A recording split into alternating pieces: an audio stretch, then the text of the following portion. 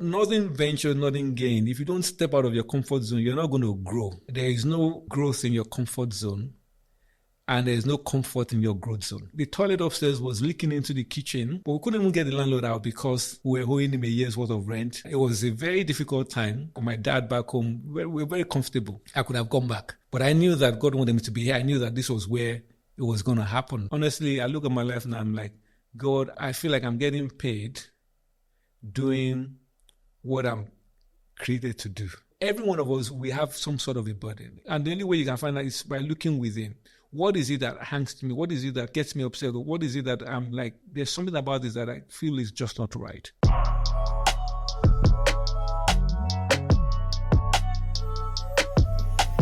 Because when it comes to the UK and property in itself, like I feel it's where all of the money seems to go in the UK, but then it's not enough in terms of like growing the economy or whatever. Like I feel like everyone wants house prices to drop, but it just never seems it's going to happen. I'd love to get your perspective on like what the state of like UK property is currently for you. So I think it's like any market forces, it's demand and supply. Where the supply or the demand exceeds the supply, the price will keep going up. Mm-hmm. And I think it said that, and don't quote me on this, but for the next 10 years, if UK were hitting their building target, there will still be a shortage. Okay. So the housing crisis cannot just be solved by, there needs to be almost an acceleration of development going on. Well, as a developer myself, one of the frustrating things that hinders a lot of developers is the planning process. You get, because the planners are just too powerful. Really? Oh yeah. Someone could just say, I don't like this design. Mm-hmm. And there's nothing you're going to do to get past that person. Isn't there? So it's not like, it's very subjective. It's not very like black and white. No, they're objective. So they're policies, mm-hmm. right? But beyond the policies, there's also the subjective element of, I might not like the way this scheme looks. It doesn't fit with the vernacular of this area. I see. And certain elements of that is just subjective. Mm-hmm. But what we tend to do now is that we would actually go through pre-app. Pre-app means pre-application essentially, meaning that we would present some ideas and meet with the planners beforehand, before submitting the full application. Mm-hmm. We could do 3 iterations of that. Of course, that's costing a little bit more money, but it's worth it. In fact, the last scheme the one that you came to, the single unit that you came to, which is part of that big development, it was actually the planner himself that sketched out exactly what he would approve. Oh, really? Yeah. So after doing a few pre-apps, he just said, if you do this, I'm going to approve it. Fair enough. Yeah. Well, it was a smaller design. It was much smaller than what we were thinking of putting there. But at least the land at the point when I got the land wasn't, the land I didn't pay a lot for it. So I could afford to have a smaller house there and still make some good gains on it. So I just took it and just went with that. It's interesting you mentioned that story, because I feel like when it comes to developments, it seems to be dominated by like a few large companies. And if they have the right relationships, it's like they always can be guaranteed to get the planning permission that they would want, even though it may not necessarily work in the best interest for everybody else. Yeah. Because especially some of the new builds never have like a positive reputation, because everyone says it's just built like with cardboard inside the walls as well. Like, have you found issues in terms of like competing with some of the bigger guys, would you say? One of the testimonies that I like to play back in love is on our Instagram page of one of the people that bought from us in that Chelmsford location. The guy was like, it feels like Rock Tower, which is the name of our company, as a boutique developer, is able to build in a sense, and that's the advantage that we have over the big boys, because whilst they build maybe like 100 houses, right? We build like maybe 10 units in the development, and each of those units have almost like its own unique character, as it were. So we're not big, but so as opposed to it being a disadvantage, there's an advantage to it, because we're not seen as a volume builder. Most people want to be able to have something that is within a smaller community, and yet feels like it's private. They like their home. They get to make a few choices in terms of the finishing and detailing of the house. So I think what the big developers have over the smaller guys is the fact that they are able to land bank. So they can just buy hectares of land and sit on it for 10 years. Maybe pay 1 million for 100 hectares of land, whatever it is, knowing that eventually development will catch up to that. And then in 10 years' time, that land now that they've sat on for 10 years is now worth like 100 million. So they've not even built anything yet, right? But because because each area has like what they call planning policy and all that. And some of their own guys actually are also lobbying for those pieces of land that they own to be within the policies of the area, right? Yeah. So eventually when planning is granted for that piece of land, the worth of that land itself is now worth, like I said, 100 million possibly. So they've even made money without even building anything as yet. Wow. You get. So they have the advantage of being able to land bank, but they also have the advantage of being able to leverage their costs, economies of scale. Or they buy all their stuff in bulk. But the efficiencies is what the smaller guys have over them, right? I can manage my waste better than they can. You get, whether it's wasting the labor or wasting the materials, because there's no way I would make a gain because I'm already buying the land very expensive. Yeah. So because I'm buying the land very expensive, I need to find ways of being efficient with my resources. Otherwise, I won't make any money. Yeah, so it's an interesting one, to be honest. I mean, when we started, obviously, when we started out about 10 years ago now, I didn't know anybody that looked like me doing what we're doing now. Mm-hmm. Now there's a whole lot more people, right? And when people say, or when people hear that, Banks is a developer and all that, they assume that, automatically is making loads of money, right? And yes, there is money to be made there, but it takes time to get there. You get, so it's really understanding, like everything else, you're putting in your 10,000 hours or whatever it is to get to a point whereby now you can say, well, I know exactly what I'm doing. I know how to cut costs. I know how to make savings. I know how to market. I know how to expand the business, so to say.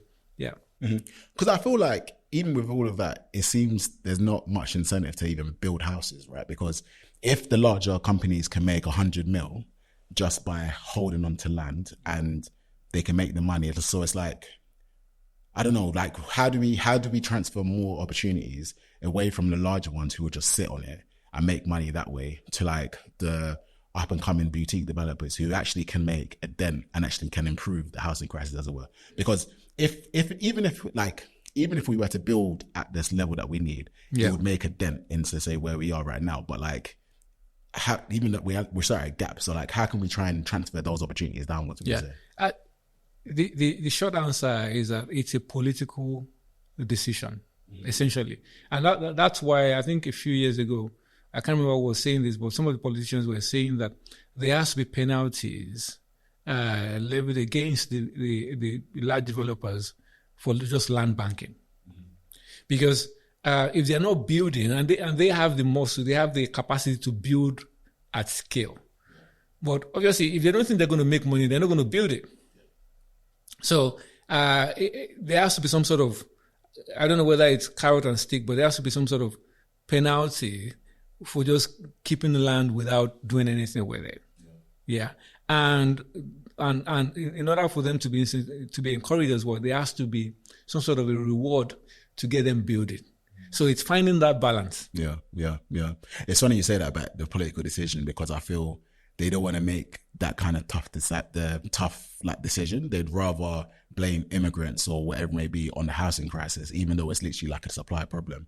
Because even on the high street, Like in certain town centers, they're just like, there's no life there. There's buildings that are builded up. If you go to central London, there's houses that have been built. No one lives there. Yeah. So it's like people are house banking, land banking, and everyone else is kind of on the, what's called, had the short straw, because where's the growth going to come from, you know?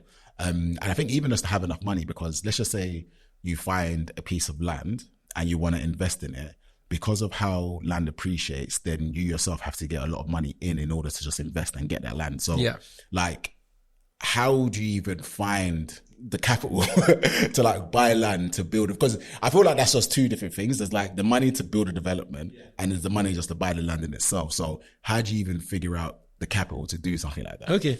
You know, because we actually, and now we run a property sort of course. One of the things that I say to people is this, right? When it comes to development, just don't think about the money first. I know it's strange, but don't think about the money first. Because if there is an opportunity, if you manage to create an opportunity somewhere, trust me, I can get the money for you. But let me tell you the story of how we started so that it does help. So obviously, just over 10 years ago, when we were about to start, obviously we didn't have any money, none at all. And easily, anywhere you're building in the Southeast, even as far back as 10 years ago, you need at least almost $100,000 to buy the land. So we didn't have any money. My wife and I, we had just remortgaged a flat that we owned in Stratford, and we had about £75,000 from that remortgage. We're going to buy a house to live, to move to. But then what then happened was that I knew that at that point I wanted to get into this business, right? So I took permission, took that money and found a piece of land. They were going to sell it for £150,000 or so there. Obviously, I was still short. But again, nobody would lend me money because I didn't have the experience. So I had to go with bridge finance. And with bridge finance, the interest rate is a killer. Even far back then, almost 1% per month. All right. So we bought the land, started to build, finished building. There was margin in the deal, right? But from that one scheme, okay, all that 75K that I took in there, I lost all of it. Oh. Yeah, I've ever told you that story before. No. I lost all of it in that first deal. How? Because we finished building. The house was standing. It was not the best. Obviously, it was the first house that we had to, even be myself. I'm like, yeah, it wasn't that great, but we did it. But then to sell it now took a long time. So normally you project that, okay, well, within 6 months we'll sell, but then we're closing up to selling. It took us almost a year to sell it. All right. So the interest on the bridge finance wiped out the potential profit and the capital. Yeah. But I'm one to take risk, right? And a lot of times I pay daily for it. But from that singular unit that we built there, we met someone, or somebody actually came out. Because now we had proof that we are now builders or we're developers. You could see what we've done. So the guy came out and said, I haven't seen what we've done here. I was like, do you know, actually I have almost £500,000 that I could invest with you. Oh, yes. So, and that's how, obviously next deal we made some money, and then obviously paid back the loss there, and from there on, we just started to scale, But the point, to answer that first question, I think the point is this. A lot of us think that I'm going to wait till I get £200,000, £500,000 to buy land. If you create an opportunity for me now, and I see, and the numbers work, and I can compute numbers and it works, I would go out and raise the money for you. I can put my house on if my wife allows me. I'll put my house on take a second charge, release funds from it, because I know that there is something there that works. Right? Or I could sell my car, and I've done that before. I could sell stuff to raise the capital for that. See, this is crazy, yeah, because it's like, it's betting the house. It's literally betting the house and all the opportunities. But like, especially after, say, the first trial, which didn't necessarily go right, like with the bridge finance. So how do you pick yourself up from such a like a big loss? Because I know, like, for me personally as well, if I was to take if I take bridge finance and it's on me, I know I'm responsible. If I take money on the house and it becomes my wife's problem, then it's like more headache. And then that in itself can become even harder for me to get money from somebody else, because it means I might let them down. Like, how do you kind of keep your mindset fresh in order to keep taking risks without the downside? Do you know, very, very important question. One of the things that I guard jealously is my integrity, right? If I take any money from you, and of course, the fact is, for what we do, I can't do it without other people's funds, right? Unless I get to a point. Even the big guys, they go to the pension funds, they get loans, and you need that. Yeah.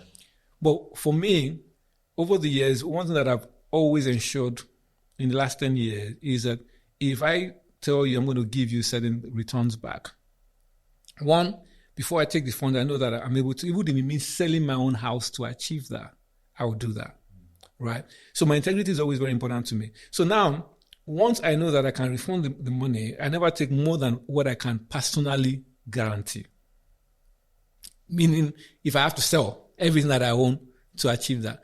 But because I know that there is no way I'm going to be able to scale this business without using funds, then over the years, I've learned to manage that. Many a times you take the money and then obviously maybe there's a delay in paying back. Now you're dealing with the pressure that comes with that as well, because now you have to tell this person, oh, I'm sorry, I can't pay you at this point. I'll pay you back much of that. But eventually everybody gets their money. Well, that's fine. So in terms of how do I deal with that? Firstly, I think, again, I don't take funds from people, particularly people that are close enough to me without letting my wife know about it. Right? So once she understands the nature of the business, she knows that, and she's very, very objective. She's not, I see grays, she sees black or white, right? You know what I mean? If I want to check whether something is right, I ask her. So if she's comfortable with it, then I go for it. Yeah. Now, then whatever the consequences of that, whatever happens on the back end of that, it's no longer a solo decision now, right? Because I've carried her along all the way, But it's also important now she responds. So when I lost that £75,000, then, in fact, some people actually joke about the fact that the fact that my wife didn't send me to the doghouse meant that she's a very good woman, but she never actually said anything about it, as in not even a mention of, oh, bang, that's how you lost that money, because she understands that I'm very responsible. I don't gamble with stuff, right? If I took a loss, it's because circumstances either overwhelmed me or they were totally out of my control. So that's what I do generally, and I don't see a time where I wouldn't have to rely on other people's funds to do development. In fact, now what I'm doing is that because now we're having to rely on larger sums. And there's a difference between being able to account for 100,000 and being able to account for 5 million. I'm not an accountant. I'm not a funds guy. So I need people around me that is able to sort of ensure that when we take large sums of money, we're able to structure it in such a way that we can always refund our investors as they were. So that's what we do. I see. So then, one of the big themes seems to be like risk. Oh, yes. So have you always been like comfortable taking risk, especially from like a younger age? Do you know, my personality is not, I don't think I'm that way inclined naturally. I'm not a risk taker, right? Well, you look at me now, you conclude that I am. But I've always, so there's certain things that I've done that even when I look back, I'm like, well, I'm defying myself, right? And that's me. I don't like to be defined by limitations, right? Yeah. So when you tell me, well, when we started, again, going back to the business, I couldn't raise £5,000, right? I really couldn't raise £5,000. But if this is what I'm going to do for the rest of my life, right? I'm going to be a developer and I'm going to build big projects. Then I got to learn how to raise money. So now I won't really lose sleep over that kind of money. As in I'm very comfortable now raising millions. But if I never learned how to raise the little, I won't be able to raise millions. Now, in terms of risk taking, one of my very first experiences as a child was and it actually had a very adverse effect on me. In that, again, so I do public speaking at times in terms of maybe as a pastor in churches and all. But I never thought I could face an audience to speak because I'm generally very reserved and quiet. And the reason for that personality type was because as a child, there was an embarrassing situation that actually almost stole my voice in that, I was in a classroom with my mates in primary 3 or primary 4, and my trousers got torn, and I had to find a way to hide that. But obviously my teacher didn't know what was going on, and I decided to call me to the front. So you can imagine how everybody else was laughing at me. I felt like dying in that moment, right? Because it was just me against the whole classroom. So somebody whose life was marked by that, now having to address an audience or to speak publicly, it just wasn't me. So for me, every time I have to speak publicly, it's like taking a risk. That these people are going to judge me, they're going to laugh at me. But I've learned to master that, right? That I can address audiences without thinking about all of that. So the point is that if you don't, nothing venture, nothing gain. If you don't step out of your comfort zone, you're not going to grow. My pastor would always say that there is no growth in your comfort zone and there is no comfort in your growth zone. Right? You're going to have to venture out, measured risk, but anything worth doing is risky. I mean, my son now is learning to go out there to catch the buses, but he could step out and, God forbid, have an accident. Am I going to now say that because of the risk of road accident, I'm not going to allow him to grow up? Everything in life is about taking risk, but you start slow, you understand it, and then you scale. Yeah, I like that. I always choose like choosing growth over comfort. And sometimes that comfort zone can also be in like your identity. So like how people have perceived you or how they've known you. And if this has been the box or the limitation, as you said, and then you now stepping out of that, you have to be able to accept that they may not accept you. Yes. And sometimes that's hard because it's like you're valuing your own self-worth based on what other people tell you, rather than you valuing your own self-worth on like the risk that you take or the things or the life that you dream of, as it were. And sometimes it's hard because you have to be more reflective. You have to be able to kind of control what you want and go through those tough times, as it were. Yeah. Because I feel like if I think about your journey, because even like you came to the UK, right? So talk to me about your journey coming here. Because has property always been a theme of your life, which I don't think it has been? It has been. Oh, it has? Okay. Yeah, well, okay. So when for as far back as I can remember, maybe when I was like 5, 6, 7, I used to dream of building houses. I had crazy ideas, houses that would look like flower pots, all kinds of houses, all kinds of crazy designs. So I actually thought I was going to be an architect. That was the dream, and I mean, when I meet people newly, I like to tell them the meaning of my name. All right. So my full name, people call me Banks, but my full name is Bankole. And Bankole essentially means help me build houses. No way. You didn't know that? That's what it means. Bankole means help me build a house. That's the Yoruba meaning of Bankole. And my dad named me Bankole because at the time he was building his very first house. So I think somehow that became a self-fulfilling prophecy for me. So from when I was like a 5-year-old or 6, whatever, I'd always wanted to design. I love buildings. I love structures. When I first came to the UK, I used to take the train to Canary Wharf. Then there was nothing there. All the skyscrapers that we see now, they went there. I'll just take the train down there, the DLR, and just watch all the constructions going on there. That was my favorite pastime. So I've always been the bricks and mortar guy. I like it. I love to be on site.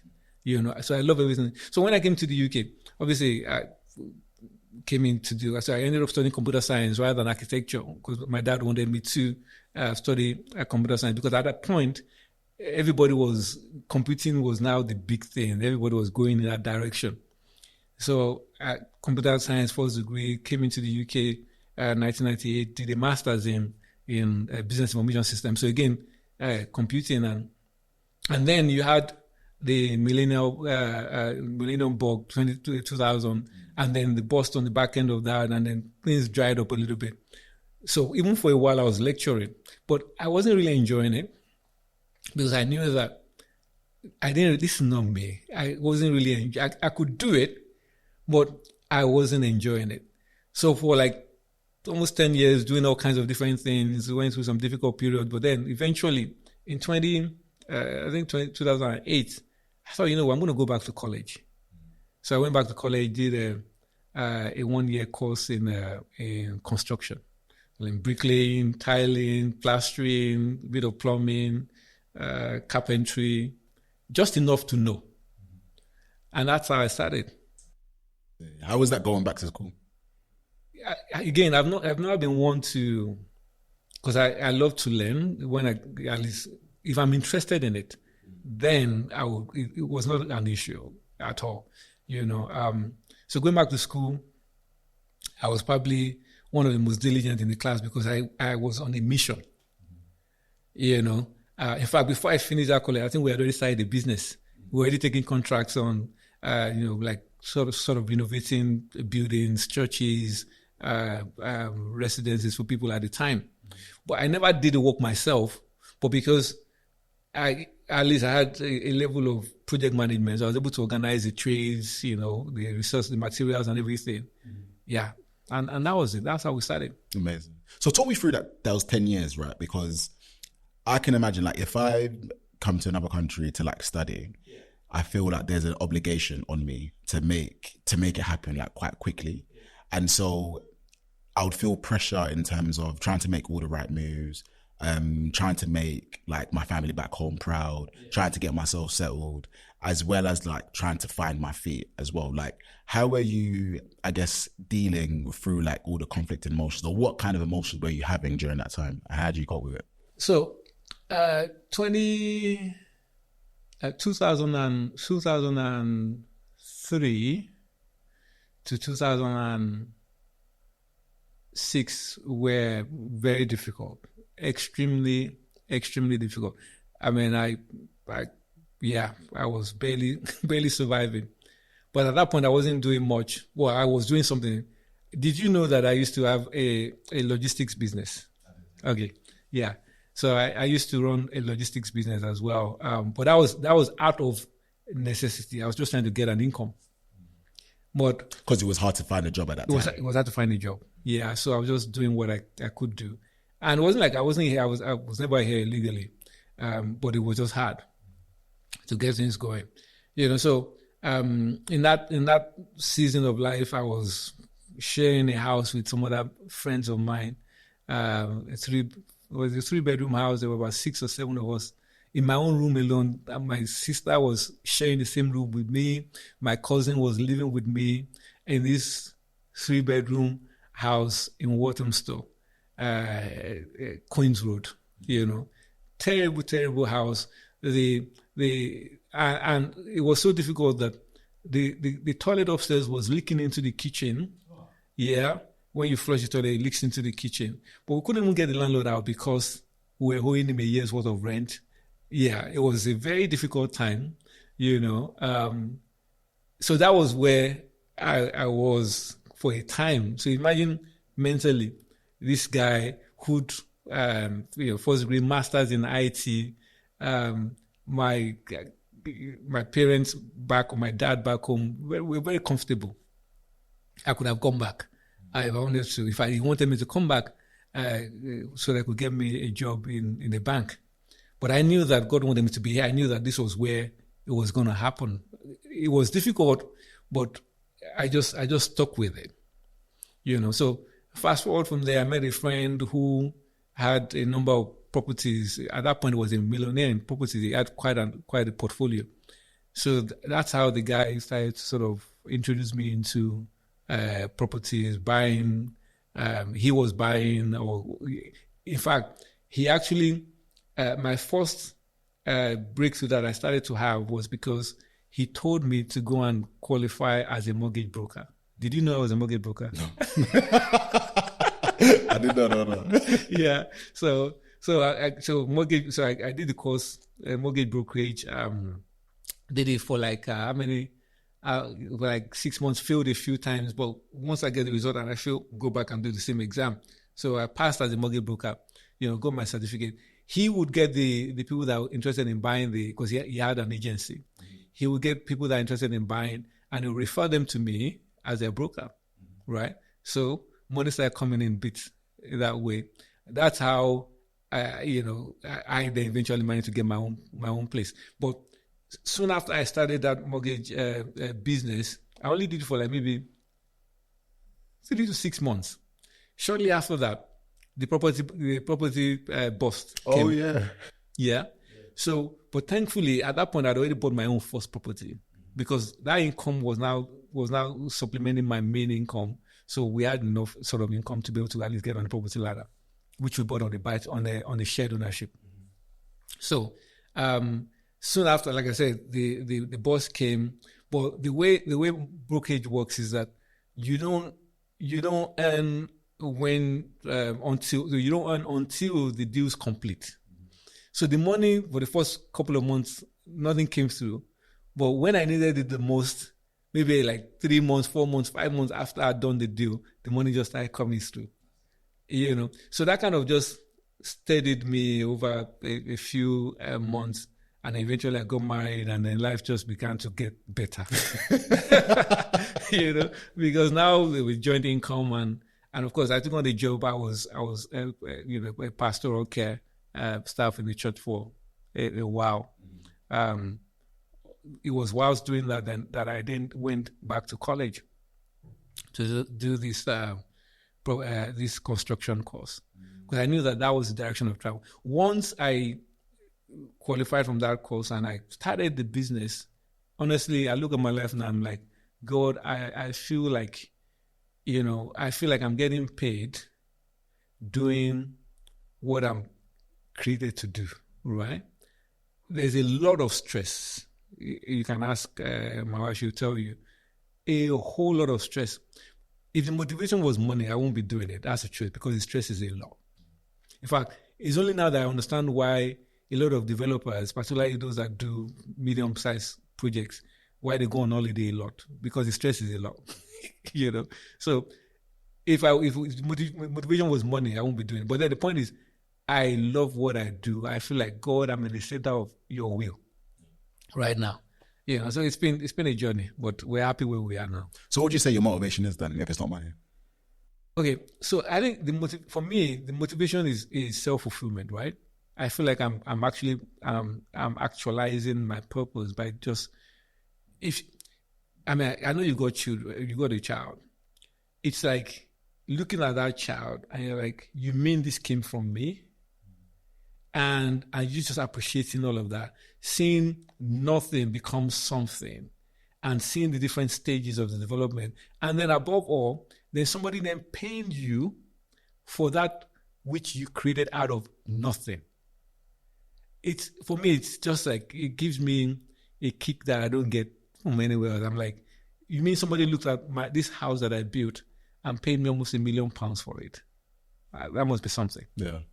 I think that's the crazy thing with developments. It's like the power of your imagination to create something that was never seen before, and like to have the belief that you can figure it all out. Because I can only imagine like trying to do a renovation is one thing enough, like trying to manage different people, but then trying to do an actual development, then you've got like so many different variables you need to handle. And like that in itself, I don't know, sometimes like, have you ever questioned if you're in over your head? Like this might be too much. Like, have you ever had any of those doubts, as it were? I was saying because I've got a business partner, because we do projects in Birmingham as well. So I was saying, we were having a chat a few months ago, and I was saying that, at times it feels like one is drowning, and he said to me, he said, it doesn't feel like he's drowning. He's drowning. He's drowning. Yeah. And as we laughed about it, but that's the reality of it. At times if I'm not sleeping, my brain is working all the time. There are 1,000 little elements, all kinds of stuff. And because the way the business is structured, we're both contractors or builders and also developers. Most people are just developers, which means that they recognize the value. They engage a contractor to do the build, and then they just cash in on the margins. But when we started out, it was a case of it was just a means to an end, because if we engage a contractor to build for us, we won't have any margins, because we're buying the land expensive anyway, and the contractor will then take any little margin that should have been our margin. So we build for ourselves, and then of course we also develop. So I'm having to deal with issues as a developer, which is the end product that the buyer buys. They're calling me, chasing me about the house they've bought. I'm also now having to also deal with being a contractor, which means all the subcontractors that I work with, you've paid them, but they haven't delivered the job. You're chasing them all over the place, months in, months on, you're just in there. And if they fail to deliver, right, guess who everything falls on? It falls on me. That for me is a big deal, because for someone that takes a lot of pride in his work, right, if I go to a buyer's house and it tells me, oh, this is wrong, and I can see it, because for a long time I used to think it was a curse, because when I walk into a room, I see everything. So I'm in this room now, I'm sure I can see more than you can see, literally everything in this space. So when I go into a space, I can see that there are issues, and I can't just get past that, because for me, that bugs me. In fact, many times people buy houses from us, they are over the moon about what they bought, but I'm like, can you not see what I see here? Because there's still issues, there's still snags, there's still all of that sort of stuff. So the burden is always on me then to see whether I can fix all these issues, right? Which you can never do, because a house is not made by machines. A house is made by human hands. It will never be perfect, right? But buyers don't care about that, right? They buy a house, they expect that, the wall, everything needs to be perfect, but it can't be. So I fall prey many times to that emotional demands of buyers from the developer side. So because I'm straddling both sides, I'm dealing with a lot of stuff always. Well, that's what I was going to say, because like it must be a challenge to even focus, because like when I think of my herb business, Herbie, it's like we'll deal with the sales side of things, dealing with customers, but also the manufacturing side of things. And it's like no one really cares that you have to do like from the early bit all the way to the end bit. No one cares. And so no one really understands the amount of stress that you're under. And then it can be hard for you to focus and say, okay, do I like focus on, say, making the best thing, and then someone else has to figure out like the distribution, or do I think on the distribution and just get like some really, really good like contractors? So like, how do you try kind of find that focus and also find a way to be, I guess, kind to yourself when things may not necessarily go the way that you want it to? Yeah. Well, being kind to myself, what I do is when I get home, I just put the duvet over my head. At times, literally just go to bed. Yeah. And then next morning we get going again, But there are But there are testimonials that are very encouraging, and you just have to feed on that. You got to be encouraged by that, because otherwise, there are many reasons to be discouraged. You just got to focus on the very positive ones. For someone that really wants to do his best, you just got to find a way not to be discouraged by the things that are not going okay. But now as a business, because the business is getting larger, right? It's getting bigger. There is now the emphasis on creating systems, employing or engaging either consultants or people to take on some of these potential issues. That you can, a lot of the issues that we deal with, you can correct them through a contract. You get, if I'm able to tie my decorator into a long-term contract, so that when the buyer buys from me, there are snags, and he's obligated to return to address those snags, then it's no longer my problem, right? It's bound by a legally binding contract that he cannot wiggle his way out of.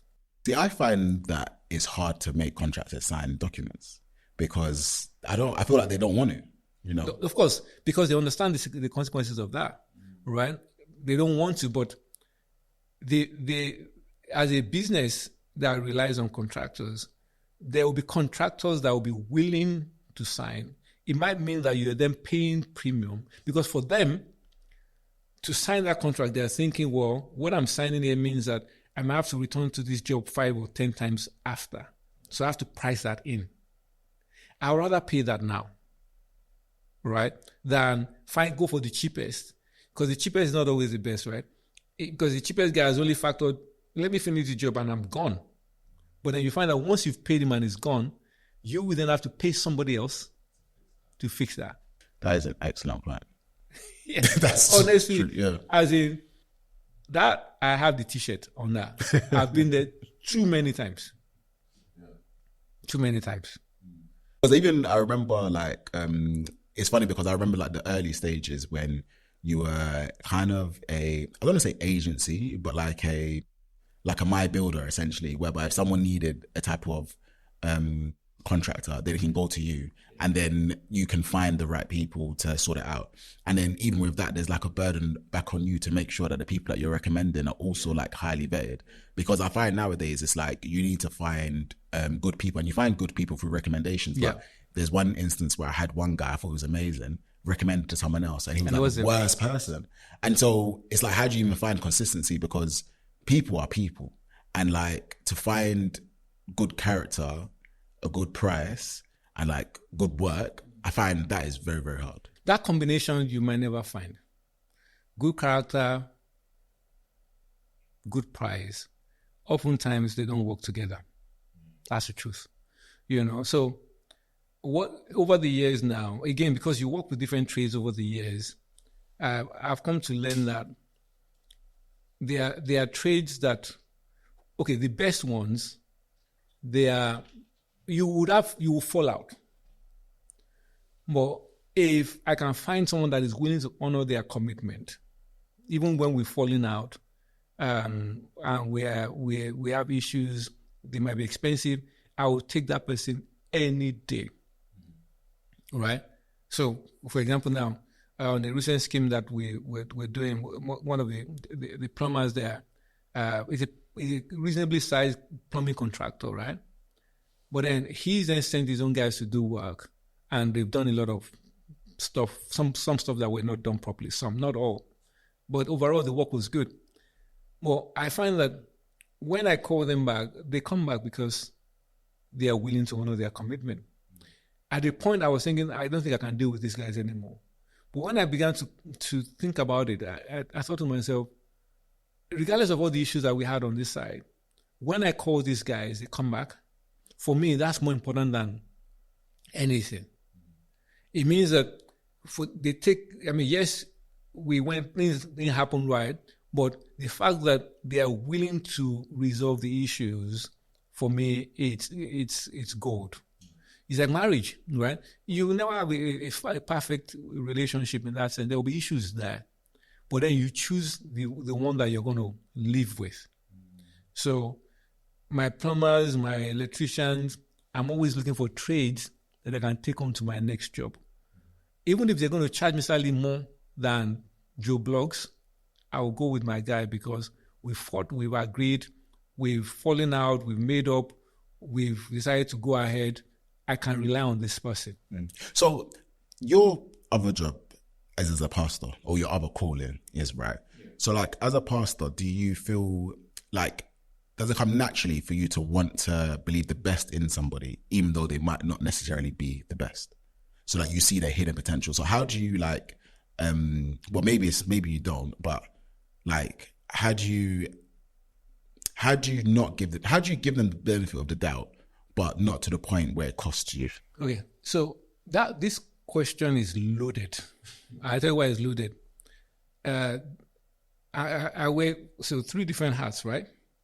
My natural self is not trusting. I second guess. I'm like, that guy or something. That's my natural self. My business self is do not trust anybody. That's my business self. Be careful, contract, don't give away too much money, whatever. But then my Christian self, my pastoral self is give this person a chance, and that is always a tension, always. And what that then means is that more often than not, people take advantage of your sympathetic Christian side. Let me give you an example. A couple of years ago, I had this site manager. I didn't even know the guy knew I was a Christian. So I had him to work. In fact, I have a number of examples like that. So I had him to work for me, to manage the site for me. But the guy was just taking the piece. Was just nonchalant about it. We talk anyhow, and we just do stuff. So one day I came to site and I said, you know what? I've had enough. You can go. It's a contract rule, right? I don't have to give you any notice, whatever. So I said, well, you can go. It was a Tuesday or so. You can go, but I'm going to pay you till Friday. Now that's my Christian side, because I don't have to do that. So the guy thought I was joking, but then he left. And then he then called me back saying, yeah, but I thought you were a Christian. Yeah. I'm like, yeah, it's because I'm a Christian that I offer to pay you till Friday, even though you work till Tuesday. So oftentimes it's about finding a balance there, right? Because I thought, okay, well, I can't keep this guy. This guy's going to mess me up. He's going to mess up this job here. All right. So the business decision to make is draw the line, cut your losses, let this guy go. That's what I need to do. But then the Christian compassionate side then says, well, he hasn't had any notice. At least give him a few days pay to find something else to do. So I put that in. But then the guy then came back and said, but I thought that you're a Christian. Well, what he failed to realize is that the reason why I did the way I did it, by giving him extra days, is because I'm a Christian. So would you say that third voice has started to influence the two hats that you wear as well? So the third voice of which one? Of like trusting, the Christian voice, like the Christian hat of like trust people. Because it's funny that you mentioned like the two voices are like not trusting and you got one trusting voice. So like, do you have those two voices kind of like calm down a little bit? Honest truth, no. But what I do, and I think I mentioned this to you earlier as well, my wife is, she doesn't see grays, all right? She sees black or white. So when I want to make decisions like that, I run it by her, because I can't trust myself to make some judgments. And what do you think? I want to do this. So I would usually lean towards whatever she says when I'm struggling to make that right decision. So she helps me. So you're the fourth voice. Yeah, exactly. She's the fourth voice. Yes. Yeah. No, and that's the truth. Yeah. Oftentimes she doesn't say anything, but I can read that. Yeah. I know what I mean. It's so interesting, because I always wondered, like, because when you're wearing the hat of like a pastor, like people put their own expectations on you, and then they forget that you're an actual human being. Like you're your own person, because people expect like pastors to know everything, to be kind to everyone, but sometimes they can be a bit spicy as well. Do you know what I mean? So like, even when you think about your life and like when you say like working in the church and you think of business, Like, have you ever had tension in sense of, you know, pursuing one over the other? So whether that is spending more time as a pastor or spending more time in the business, like do you have that kind of conflict within your mind sometimes? All the time. You know, I said that for about almost 10 years, I was on the pastoral staff of the church. I was getting paid to pastor.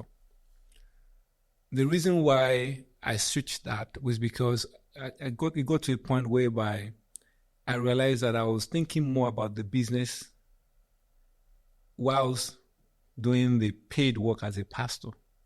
And it didn't feel right to me, right? So I thought, you know what, because now this business has taken over. I don't know that if it's not a job, it's a calling, right? I see it as a calling. So which means that my mind is, when I'm at church, I'm at home, I'm driving, I'm eating, I'm in the cinema with the kids, I'm at the park, I'm thinking about the business. It's not healthy, and I'm like, God help me. But yeah, so for a while, like I said, I had to then decide, you know what, I'd rather not get paid doing this. Not because, and trust me, the time that I made that decision, that money was very much needed. But I felt that the right thing to do would be for me to give up that pay. And maybe the church can employ somebody else with that same pay, with that same money, or two people to do the work, so that I can pastor in my own time, which I still do, whilst giving myself to the business. You know, because pastoral care essentially is a heart, is about your heart to the people, how you think and care for the people. But there are structures and systems that you can put in place that could make sure that is happening. But then the presence, as long as I'm there, and when I'm there, I'm there, right? So that kind of helps. But oftentimes I still get it wrong, whereby I might be in church, but my mind is still on a problem at work. So it's finding that balance. So do you think like your calling can be for a stage of life rather than throughout your whole life? And the reason why I say that question is like, I would assume that pastoral care or pastoring is like a calling in life. Like if you're a pastor, that's what you're called to be. That's what you should do forever. And then if you find like your calling is like, say, building or like a house or like something in that area, then that again is something you do throughout your life. And so wherever your calling is should be something that you pour yourself 100% in. But it could also be stages in life. Like what do you think about that? Well, if we go in this direction now, there's a lot to unpack there. There's a whole lot. And the reason why I say that is this. So in my own situation, for example, my pastoral care role was a job. You could call it anybody. Okay, let me define that role. Any Christian that is gifted with leadership and ability to organize, with an element of a caring heart, could fill that role. That was a job. Now, but my pastor that I'm still with, he's fulfilling a calling, because for him, he's one that God called. Every one of us, we are assisting to fulfill that call. So that was a job. Now, but it's also possible for me to have a calling to serve a particular aspect of that ministry. That's possible. But and I'm still serving in that way now, right? As a pastor, I'll be in a voluntary role. So now the other point I was going to make, and the reason why I said it could take us in a very different direction, is that as a Christian, I believe that everyone is called, firstly, to God, obviously, right? And then the manifestation or the expression of that call could be demonstrated in many different ways. Okay? It's like, what is a calling? A calling is somebody, essentially, a designation to fulfill a purpose or a mandate, right? If God calls me today and says, Banks, I want you to go and do this. Anyway, I find myself repping or representing God is a calling for me. Right? I can't. If I decide to, but okay. So let me clarify that. Anywhere I find myself representing God is a calling to me. But there's a wiring. There's a there's a way that each and every one of us is wired that predisposes to a particular purpose, which means, I said earlier on that when I walk into a room, I see everything.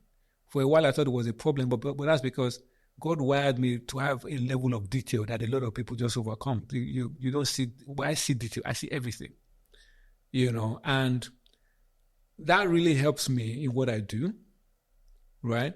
The idea, you might not care about the construction side, but for me, it's like going to the park. I love it. You get, I didn't have to, you don't have to make me or encourage me to, I could go all day without eating on my site. In fact, the only reason why I leave my site is because I'm interrupted by having to pick up my daughter or my kids from school. I could be there all day. I love it. And I believe that God wired me in that way.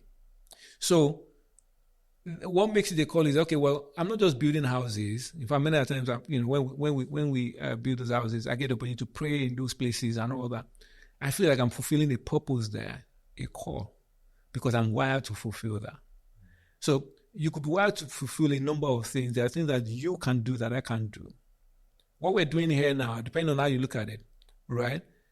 For example, now, I think you have a radio voice. I think you have a voice that is appealing to listeners. People can listen to you all day, whatever it is, But not everybody has that sort of voice, right? There is something about that God can use, right? You're here giving your time to this. You're creating content. You're creating something that can be of a blessing to many people. If you sit with this is a call. You get so. People think that only people that are in pastoral roles as a pastor or evangelist or whatever is called. No, I don't agree with that. I believe that my wife is called. She's gifted on her job, Anywhere that you can shine for God's glory at work is a call. That's the way I see it. So how do you find that calling, would you say? Well, I've described it. So for example now, anywhere your passion aligns with passion has to align with the burden and the gifts that you have. What do you mean by burden? A burden is something that keeps you awake, something that you look at and you're like, that doesn't seem right. So again, I walk into this space now, I'm like, well, or let me I go to some countries. I won't mention the name of country. I go to some country and I look at the way they do some of their projects. I'm like, this doesn't feel right. There's something that is missing here. And it burdens me. But you will go to that same space and walk past it. So you have a burden to address what you think is wrong in an environment. That is a burden. Not everybody has it. Is that because they haven't found it yet? Well, everybody, okay. Some of the activists that we see, whether it's Greenpeace or any of these sort of activists that really fight for injustice, they have a burden to see things done right. Now, God can take that and channel it and use it, right? So every one of us, we have some sort of a burden. It's helping us find that burden. And the only way you can find that is by looking within. What is it that hangs to me? What is it that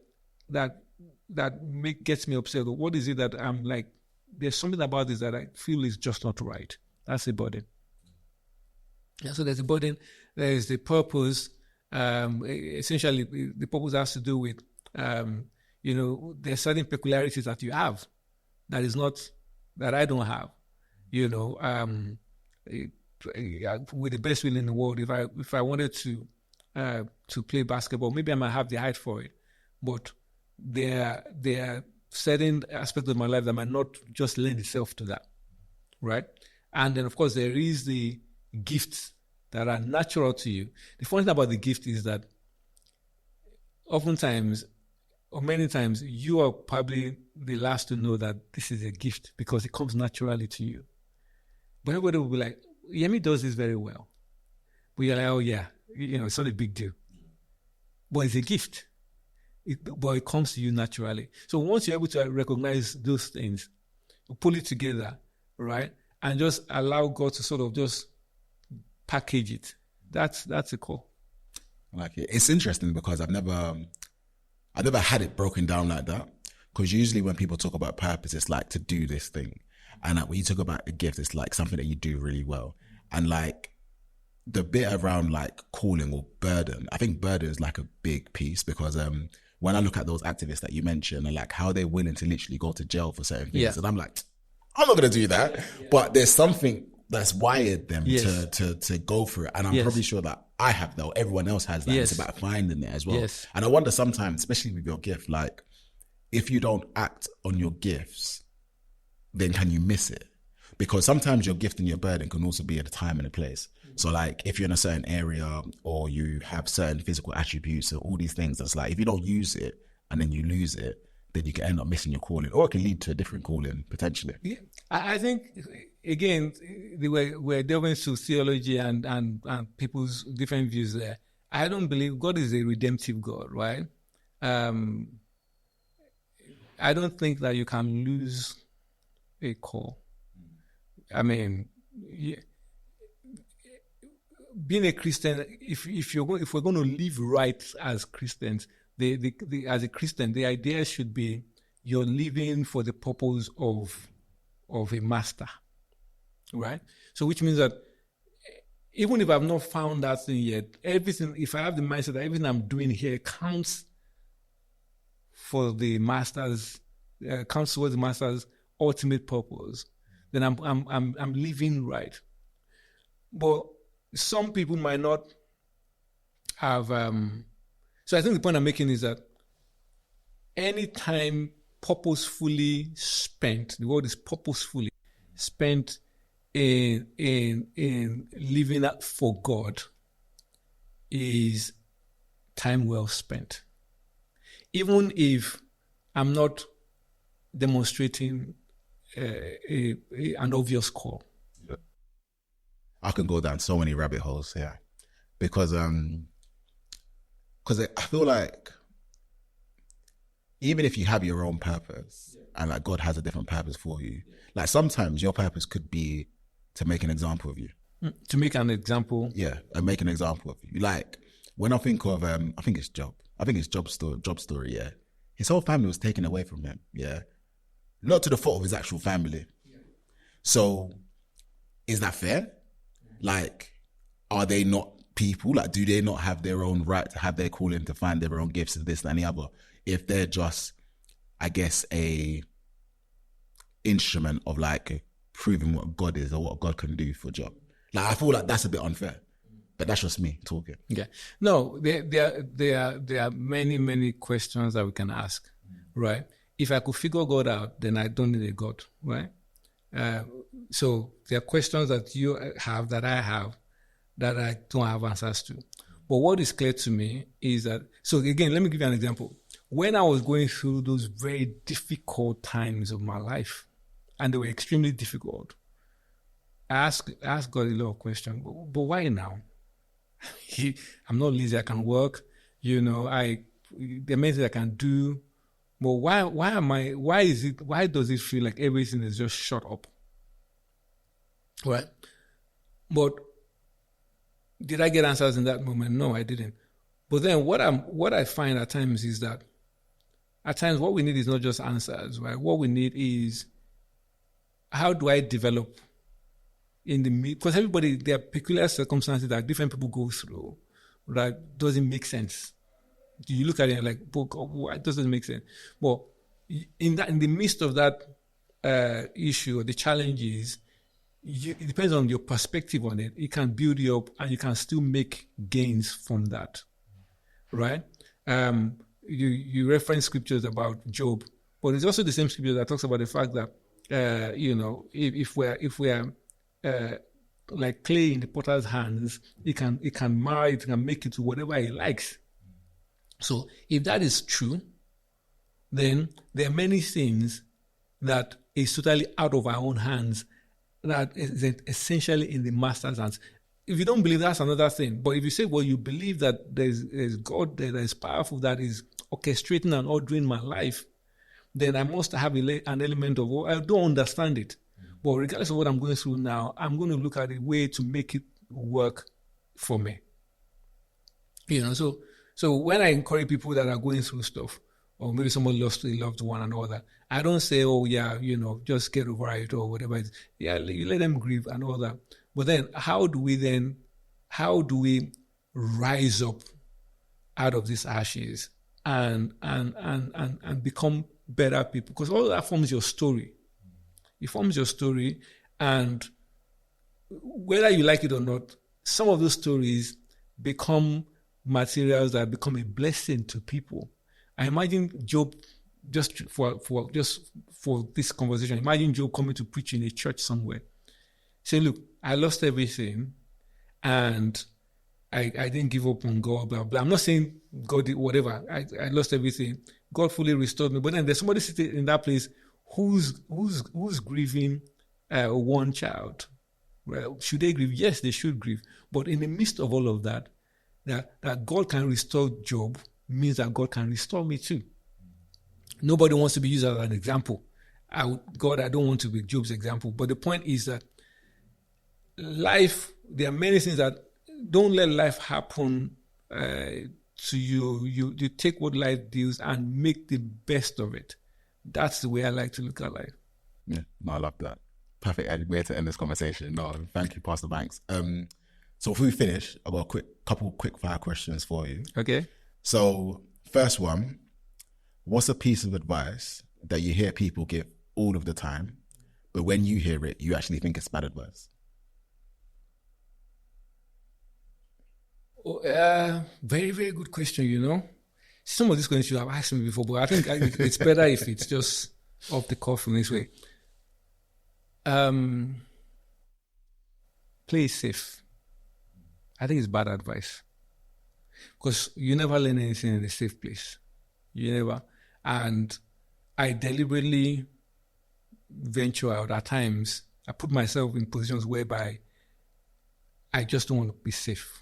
Not because I don't want to be safe. And I think at times it could be irresponsible when you're thinking, you got family and all of that. But I've grown the most when I've stepped out. Again, using the point about there's no growth in your comfort zone and no comfort in your growth zone. Playing it safe on a job when you don't really like the job, but you're there because it's safe, I'm used to it. That's not growth. So playing safe is not bad advice. Going back to where we started, you mentioned around like people who will come to you to show you a good deal. What does a good deal look like? So a good deal for me is this purely from a business point of view. Tell me what review is that? Okay, so because if I'm assessing something as a business, I'm only thinking about it as a business, but it could have other impacts. It could mean that I'm away from home longer. Okay, let's talk business. Like in terms of like if there's something that's black and white that you say, okay, this is something I'd go for. Okay, so a good deal for me is a deal that returns at least between 20 and 25% profit on what we call profit on cost, right? So you invest £2 million, and at the end of the day, within a 2-year cycle, you're getting close to 100% of that return back. That is a very good deal. If I don't have the money, I'll sell everything. If I know. But of course, in property, you're aging. There's a lot of speculation because the market could turn against you next year. But as of the present, if you're making that decision now, is a case of here. If I put £2 million here, I'm reasonably sure that I will get almost £2 million back. That's a good deal. If someone wants to get into property development as a beginner, where should they start? Getting knowledge. That's the starting point. Understand what you're getting into. I paid thousands of pounds to go on courses. But for me, saying that, I don't encourage people to do courses if you're just going to get the information. I'm a practitioner. I'm a doer, right? So if they want to start, get the knowledge is useful. But start off by finding little things, and there are many things, probably another conversation, there are many little things that you can do that you're trading your time for some little reward. So I'll pay somebody, if you don't have the money and you find me a deal, usually we call them sources, I'll pay you a percentage for finding me a good deal, 2%. If you find me a deal that is worth £2 million and I pay you 2% of that, how much is that? £40,000. You've not put any money of yours in. Start sourcing tonight. yeah. And I'm telling you, so you're exchanging your time for that. There are deals like that. Okay. Because you would want them, it's basically like finding the right land, right? Yes. Okay, cool. Land or even an existing building that we could pull down, or we could decide to extend or do something with it, But the reason why I said knowledge is the key is because you need to have the eye for what you're looking for. You need to know what you're looking for. If you don't, then you don't. And that's even like a good piece of advice as well. I would say, what would be a piece of advice that you wish you listened to earlier? I wish I started earlier. I wish I didn't study computer science. I wish when I realized my drive and my passion or interest in properties, I wish I'd explored it further and just try to understand what this interest is. Maybe I would have gone to university, but I don't regret going to uni. But the point is, I wish I started sooner. What's one book or film or documentary that you recommend or give to people the most? A book that I give to people the most, I've given in the past. Okay, so can I give two? Yes. So there's a Christian book that is called Classic Christianity, right? It essentially talks about the understanding Christianity as we should. All right, Classic Christianity by Bob George. That's one. But another book that I recommend a lot, and I've given a few out, it's called Slight Edge. Slight Edge. Yeah, I don't remember the author now, but essentially it talks about how there is the difference between where you are and where you want to be, or where you are and where you don't want to be, is always a very, very slight shift, right? Now, okay, you don't become that six-pack guy by going to the gym one day. It's little days of little, increments of progress, and then 6 months, 1 year, you find out where you are. But you also don't get that pot belly by just hitting all the pork you can today. It's the little days of eating wrong. You get. So that Slight Edge is a good book. I like that. Final question. What would your words of encouragement be for our listeners? For our listeners, okay, so can I put my heart as a Christian on? Okay. So for me, my word of encouragement would be that to find yourself in God. And it sounds like almost a cliche from a pastor, but when you find yourself in God, you find your true self. And a final question: where can people find you? Well, so I have Instagram page. I'm not big on social media, but I have Instagram page, Akinlade, Bank Akinlade. Actually, that's what it is. Bank Akinlade on Instagram. But my business is called Rock Tower Homes. That's also on Instagram.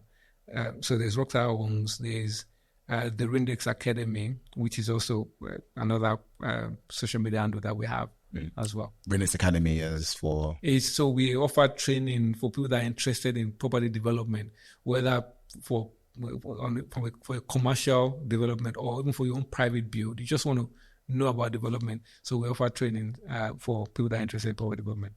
Amazing. Banks, it's been a pleasure. Thank you so much. Thank you.